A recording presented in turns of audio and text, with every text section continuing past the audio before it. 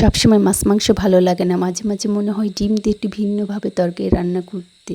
আজ আমি সেরকম একটা তরকারি রেসিপি নিয়ে আসলাম, আশা করি আপনাদের ভালো লাগবে। বিসমিল্লাহির রহমানির রহিম। আসসালামু আলাইকুম, welcome back to my channel.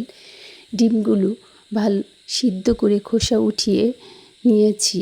এখন আমি আলুগুলোকে হালকা লবণ দিয়ে তেলে হালকা ভেজে নিয়েছি।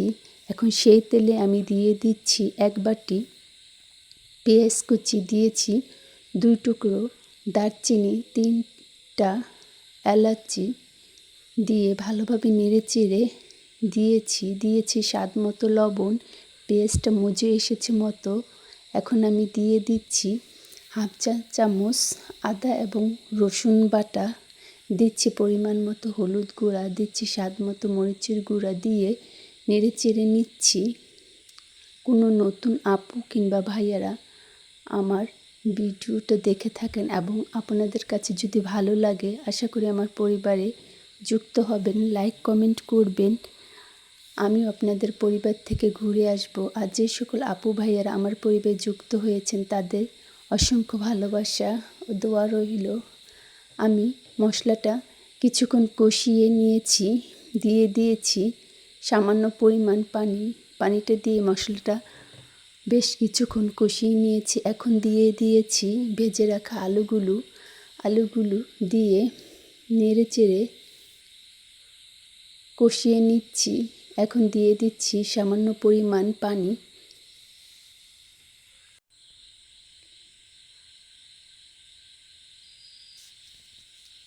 মাঝে মাঝে নেড়েচেড়ে দিচ্ছি।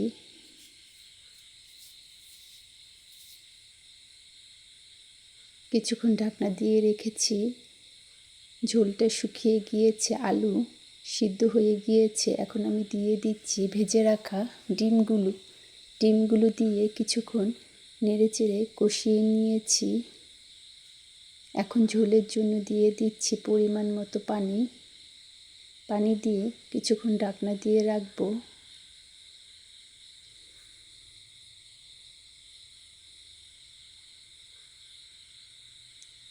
এই তরকারিটা যারা ব্যাচেলার থাকেন তাদের জন্য অনেক উপকার হবে,